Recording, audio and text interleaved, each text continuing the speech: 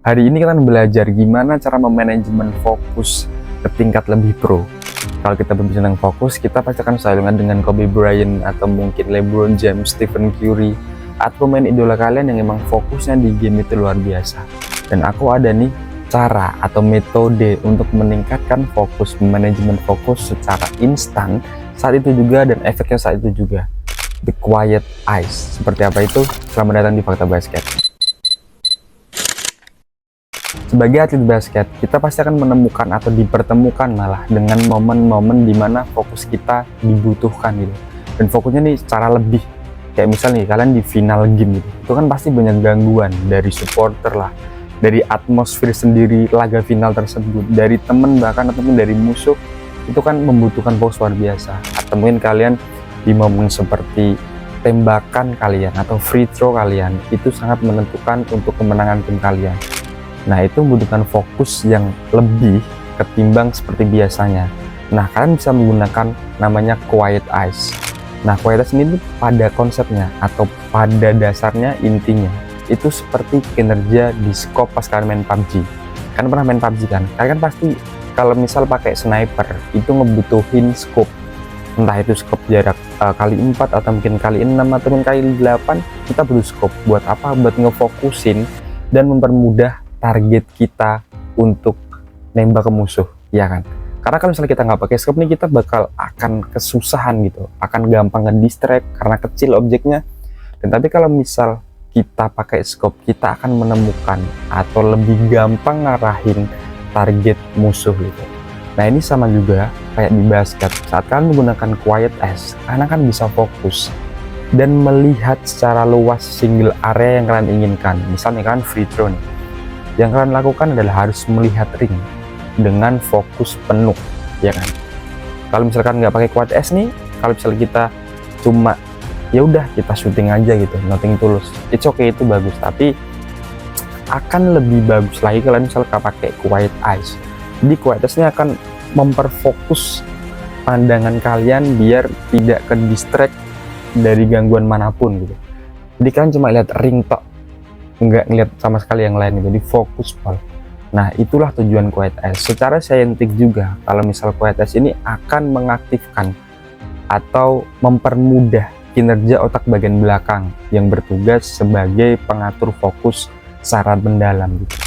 Ini udah banyak sekali penelitian, salah satunya juga udah dilakukan oleh Vicker, yang setelah melakukan penelitian atau setelah melakukan perlakuan kepada atlet-atlet basket di luar sana itu menggunakan Quiet Eyes, tingkat persentase masuk syutingnya itu meningkat drastis, yaitu 23% selama satu season.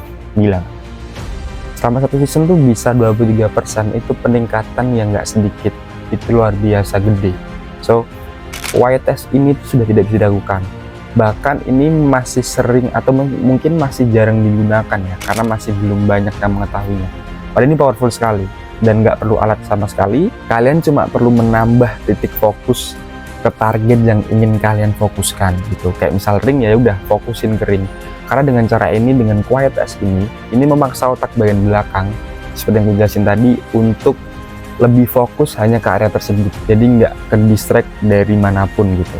Nah, sekarang udah tahu nih apa itu Quiet Eyes gitu kan. Pada dasar tuh Quiet Eyes itu seperti kalian nih megang center nih untuk melihat di suatu kegelapan, ya kan.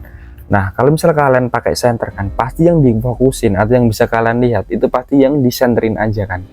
Jadi kan nggak bisa lihat di area yang selain disenterin. Nah, kinerjanya hampir sama seperti itu. Jadi kalian ngefokusin strike gitu yang kalian ingin targetkan, kalian ingin center gitu, paham kan? Nah, kalau udah paham, kita masuk ke gimana cara ngelatihnya. Nah, ngelatihnya ini sangat gampang sekali, dengan cara setiap kalian bangun pagi gitu, kalian cari satu objek di area kalian, di area kamar kalian. Misal di area kamar kalian ada botol atau mungkin ada lampu, udah kalian lihatin dan deskripsikan sebisa mungkin, sedetail mungkin, dan kalian lihat selama mungkin.